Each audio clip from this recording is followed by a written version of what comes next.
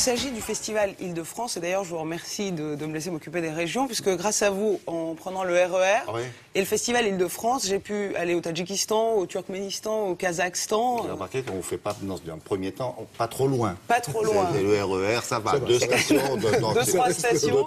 Ça reste possible. Et puis après, ça va être... Alors la photo, on peut la repasser, la photo de la petite Sarah avec ses lunettes, si vous l'avez. Mais pourquoi vous êtes en France depuis combien de temps, là? Ah bah là, je suis en France depuis 1 an et demi. Oui, c'est ça, presque 2 ans. Vous êtes dans une classe, alors ça s'appelle classe d'adaptation équivalent au CM2 à peu près. Oui. Ça veut dire... Je crois qu'il y a un truc qui s'appelle le FLE, français langue étrangère. En fait, quand on ne parle pas du tout la langue, on ne connaît pas l'alphabet, etc., c'est mon cas. Donc là, à cet âge-là, avec cette tête-là, les lunettes papillons, triple foyer, tout ça, j'apprenais le français en même temps. Voilà. Donc je ne pouvais pas travailler et le look et la langue. Donc il a fallu choisir, j'ai choisi la langue française. Voilà. Bien sûr. Vous avez bien fait d'ailleurs. Hein. Et donc vous avez quel âge quand vous apprenez le français? Là, je dois avoir 11 ans, mais jetez cette photo quand même. Non. On n'en reparlera pas. Ah bah, c'est fichu, là. Non, mais là, ça ne part le sur repassez vos pas. copains des réseaux sociaux. In the world.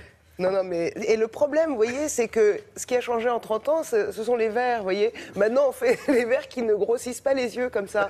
Voilà, ça, c'est formidable. Et vous avez mis combien de temps pour apprendre le français? Ah, je croyais que c'était pour quitter les lunettes triple foyer. Ça va assez vite, hein, quand on est gamin après, on apprend le vocabulaire. Le secret, c'est avoir le dictionnaire en livre de chevet et apprendre 3 pages tous les soirs. Et essayer de placer les mots dans des conversations. Ça fait bizarre, hein, on et passe la pour un nationalité sage savant. française, c'était un petit peu plus tard. Ah, beaucoup plus tard, oui. Ouais. Bien, et ça n'a pas été simple. Bon, alors, à force de se balader dans toutes les régions de France, Sarah connaît tous les musées, bien sûr, sur le bout des doigts. Ce matin, elle vous emmène au musée du Louvre et au Centre Pompidou. Vous direz, oh, bon, ça va, si c'est ça, votre enfant à Télématin. Oui, c'est pas très original. Ah non. C'était, attention, on va à Lens et à Metz. Il faut réexpliquer qu'on décentralise, quoi. Mais c'est ça ce qui change, ce qui a changé dans ces 30 dernières années. Avant, on disait pour accéder à la culture, il fallait monter à la capitale. Et surtout, les visiteurs du monde entier venaient voir les grands musées, la culture à Paris. Alors, c'est pas du tout ça. On a bien compris que c'était pas ça. C'est que d'abord, la culture, c'est partout. C'est dans chaque parcelle de la France, il y a de la culture, il y a des œuvres d'art. Mais surtout, les musées nationaux, les grands musées parisiens ont compris que le chemin n'était pas à sens unique. On ne faisait pas juste le chemin vers Paris, mais il y a cette décentralisation maintenant. C'est le Louvre qui va à Lens, c'est le Centre Pompidou qui va à Metz, et pas simplement pour que les gens de région aient un peu accès à ces coups de projecteur de la grande culture, mais c'est aussi les Parisiens qui vont voir des expositions dans ces musées-là. Pourquoi? Parce que, par exemple, au musée du Louvre, vous avez des classements par catégorie. Jamais vous pourrez voir ce que vous pouvez voir au Louvre-Lens. Ça veut dire dans un même espace, avoir cette perspective-là. Donc, Parisiens et gens de l'Île-de-France, vous pouvez vous déplacer, vous ouvrir là-bas des choses que vous n'avez pas vues au Louvre, au Centre Pompidou. Donc, je vous emmène au Louvre-Lens et au Centre Pompidou. Gros bisous, regardez.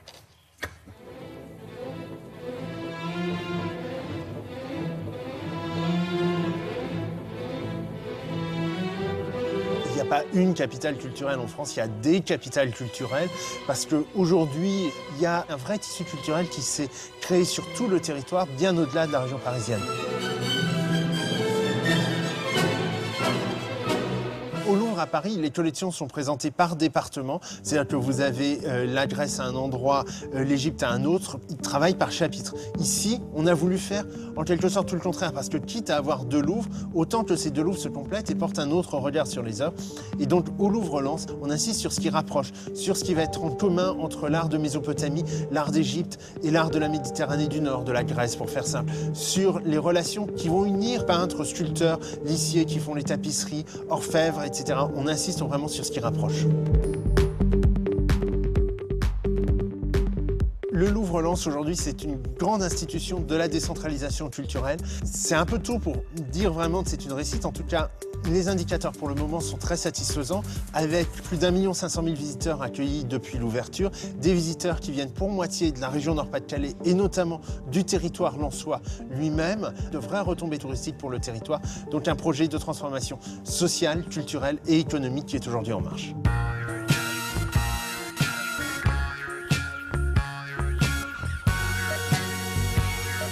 Centre Pompidou-Metz n'est pas exactement un musée. C'est un centre d'art qui a un statut un peu particulier parce que nous n'avons pas de collection permanente. Nous avons par contre la chance de pouvoir puiser dans la collection très importante du Centre Pompidou Paris. Nous organisons à peu près 6 expositions par an. Donc en ce moment, la rétrospective de Tania Moreau. Une passionnante exposition autour de Michel Léris, ami des plus grands artistes de la modernité, de Picasso à Francis Bacon. Les espaces ont été envisagés pour accueillir des œuvres de très grand format. Nous avons par exemple 2 grands artistes américains, John Mitchell et Sam Francis. Mais nous avons aussi un rideau de scène de Picasso pour le ballet Mercure. Donc on a véritablement un rapport à l'œuvre monumentale qui est très intéressant. Ce qui est toujours très stimulant aussi, c'est de savoir qu'en 85 minutes, les visiteurs peuvent véritablement naviguer de Paris à Metz. Et nous avons aussi bien des Messins qui vont au Centre Pompidou-Paris que des Parisiens qui viennent au Centre Pompidou-Metz. Il ne faut pas oublier peut-être la spécificité du Centre Pompidou-Metz, c'est que nous sommes aussi au cœur de l'Europe. Là, c'est Metz.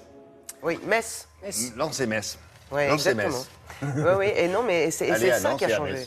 Et puis, si vous habitez dans la région de ces 2 villes-là, n'oubliez pas que ça existe chez vous aussi. Oui, voilà. mais vous pouvez quand même aller à Paris, attention. Hein. Oui, c'est pas Regardez, interdit. nous sommes Paris-friendly, on est amis avec la ville de Paris. Hein.